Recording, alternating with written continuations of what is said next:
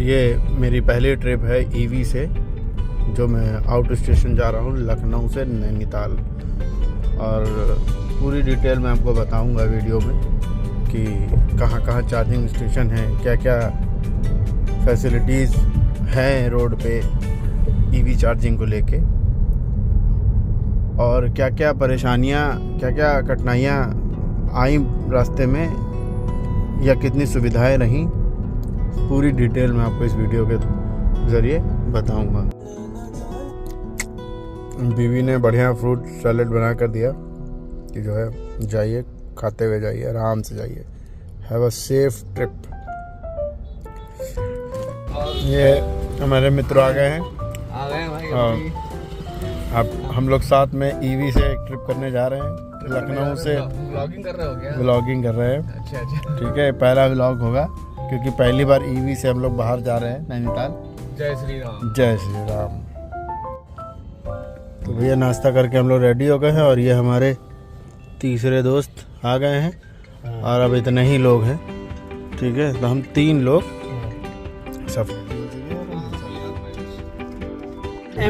जैसे आप देख सकते हैं कि अभी तक हम 116 किलोमीटर चल चुके हैं और मैकलगंज में GSR थाली नाम से एक चार्जर गूगल मैप पे देख के आए थे। हम लोग शाहजहांपुर से 60 किलोमीटर दूर है और फ़ोन किया है, अभी तो पता लगा है कि वहाँ लाइट नहीं आ रही है, इस वजह से चार्जर बंद है। अब वो लाइट कब आएगी, कब चार्जर चालू होगा पता नहीं।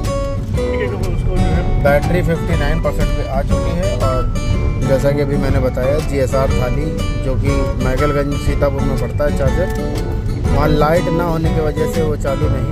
उनकी थाली में पनीर खत्म हो गया था। हाँ ये भी सही है, थाली में पनीर खत्म है इसलिए हम लोगों ने खाया नहीं, हम लोग फिर आगे निकल गए। सलाद के साथ नींबू नहीं था तो इसीलिए हम लोग आगे चल दिए। खैर अभी 186 किलोमीटर की रेंज है और अगला चार्जर जो दिख रहा है गूगल मैप पे वो 78 किलोमीटर पे दिख रहा है। अब देखते हैं कि वो भी चालू है या नहीं। हालांकि ऐप पे दिख रहा है चालू। ये लखीमपुर पहुँचे हैं, लखीमपुर खीरी, और ये एक पेट्रोल पंप है भारत पेट्रोलियम, और यहाँ पे drive clean fast easy electric vehicle charger लगा है और ये भी लाइट ना होने की वजह से नहीं चल रहा है। आप लोग देख सकते हैं सेम प्रॉब्लम है। मैनेजर से पूछा, बता रहा है कि जो है धान तैयार है, हवा चल रही है, इसलिए दिन में लाइट नहीं दी जा रही है और लाइट ना होने की वजह से यहाँ भी चार्जर नहीं चल रहा है। ये टाटा का एम्प्लॉय है, एक ऐसी हुंडई पे हैं हम लोग, और इसका कहना है कि सरकार देना चाहे या कंपनियां देना चाहे तो हर पेट्रोल पंप पे दे सकती है ईवी चार्जिंग स्टेशन, लेकिन अगर दे देगी तो पेट्रोल और डीजल नहीं बिकेगा।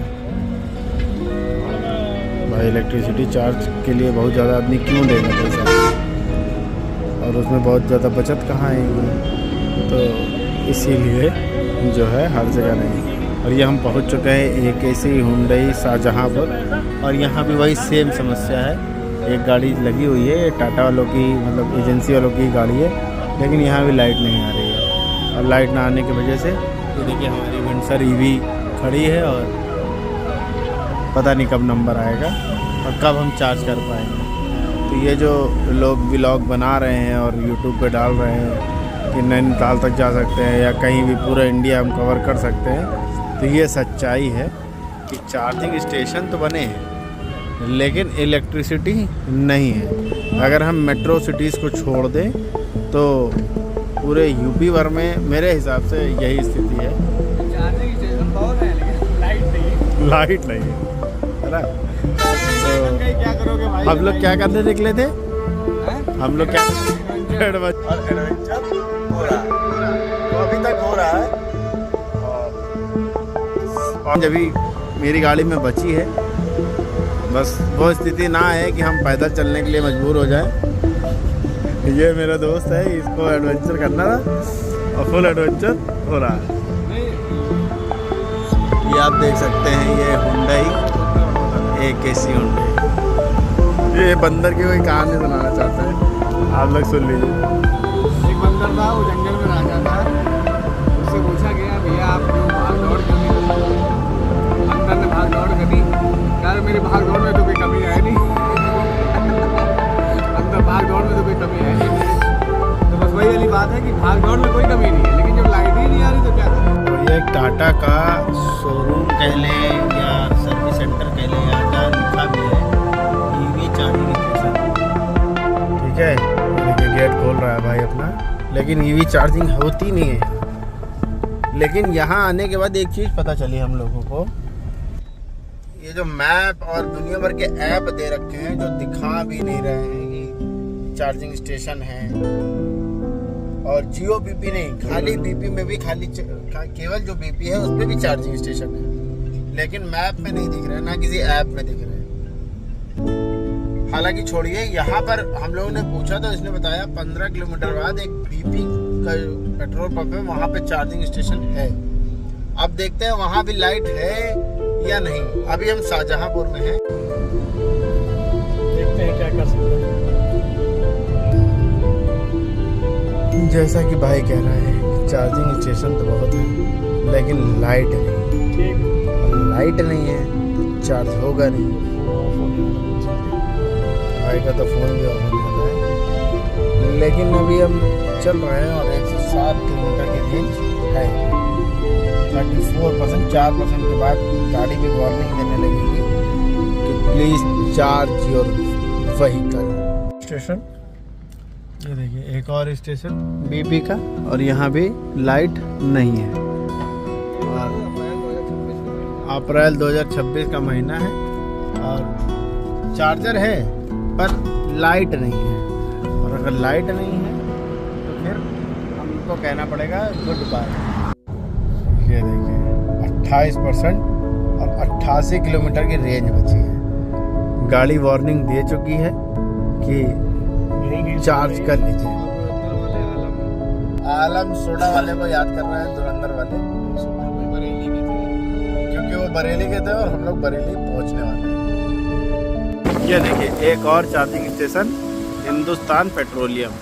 ठीक है, यहाँ एक नई जानकारी सामने आई है कि ये जो HP पेट्रोलियम है ये कमर्शियल कनेक्शन पे चलता है, और जो इलेक्ट्रिक चार्जिंग का स्टेशन है वो गांव की जो लोकल बिजली होती है, जो लोकल घरों में बिजली चलती है, उसके ट्रांसफार्मर पे चलता है।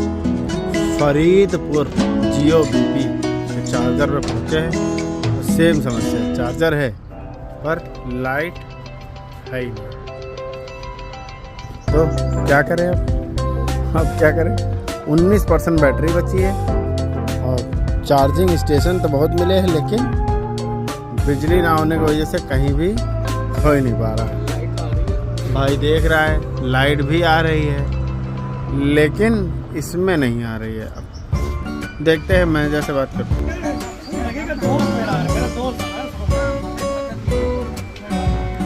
हाँ बताओ। तो सीन खराब है, 2 महीने पहले मेल की है, जहाँ तक यहाँ से बताया गया है कितना सस्ते बजे। मैंने पहले बताया कि लाइट आ रही है, लेकिन जो है क्या कहते हैं, मेल की है, ये मशीन ही खराब है। बरेली में रमाडा होटल है, वहाँ पे बताया गया है कि वहाँ पे स्टेशन आपको मिल जाएगा। बैटरी बची है PR पे 17% और 52 किलोमीटर की रेंज बची है, और अभी तक कोई चार्जर नहीं मिला है। देखते हैं आगे क्या होता है। इंडियन ऑयल का E-चार्ज लगा है। अब यहाँ एक अलग तरह की समस्या है, लाइट आ रही है, सब कुछ सारी व्यवस्था ठीक है, लेकिन हाई वोल्टेज की वजह से अब ये नहीं चल रहा है। ये हम बरेली पहुँच चुके हैं। अब इसके बाद हमारे पास केवल 2 ऑप्शन बचे, रमाडा और रेडिसन। अब देखते हैं क्या होता है। क्या कह रहे हैं बताइए? फाइनली हमें मिल गया है स्टेशन चार्जिंग पॉइंट। ये इंडियन ऑयल का है, लिखा 60 है, बट है क्या एक्चुअली 30 इधर है और 30 इधर है। तो इसका मतलब है कि ये 30 किलोवाट से चार्ज हो रहा है। और ये देखिए भाई हमारा नमकीन ले आया है। तो उधर गाड़ी चार्ज पे लगी है और इधर हम लोग चार्ज पे लगे हैं। बिरयानी हम लोग चिकन खा रहे हैं और ये भाई हमारा वेज खा रहा है। वेज बिरयानी चलिए 99% बैटरी चार्ज हो चुकी है, जैसा कि आप लोग देख सकते हैं। देखिए 99% बैटरी चार्ज हो गई और हम लोग यहाँ वेट कर रहे हैं। ये वही IOCL का चार्जर है जो ना किसी ऐप पे दिख रहा था और ना ही कोई बता रहा था। और यहाँ पे बरेली में IOCL के चार्जर पेट्रोल पंप पे IOCL के चार्जर पे 60 किलोवाट है, 30 ये और 30 उधर, मतलब 30। तो बरेली से अब हम कीछा पहुँच चुके हैं और रास्ते में बहुत से ऐसे चार्जर दिखे हैं जो हैं लगे हैं, पर किसी भी ऐप में वो शो नहीं कर रहे हैं। IOCL के भी चार्जर दिखे हैं और BP के भी चार्जर दिखे हैं। जियो BP का तो एक भी नहीं दिखा है, लेकिन केवल BP के पेट्रोल पंप पे भी चार्जर लगे हैं, लेकिन वो किसी भी ऐप पर शो नहीं कर रहे हैं। लोगों ने दूसरा चार्जिंग स्टेशन हल्द्वानी में लिया है और चार्जर भी सही है और अच्छी स्पीड में चार्ज भी कर रहा है। ये है कि सुबह हम लोग 8 बजे निकले हैं और अभी टाइम हो रहा है 7 बजने में 15 मिनट बाकी है और अभी भी हम लोग हल्द्वानी पहुँचे हैं। नैनीताल अभी भी पहुँचने में कम से कम 1.5 घंटा है। थोड़ा रुक कर रुकाते भी तो आते हैं, लेकिन EV की वजह से भी बहुत प्रॉब्लम हुई है ना।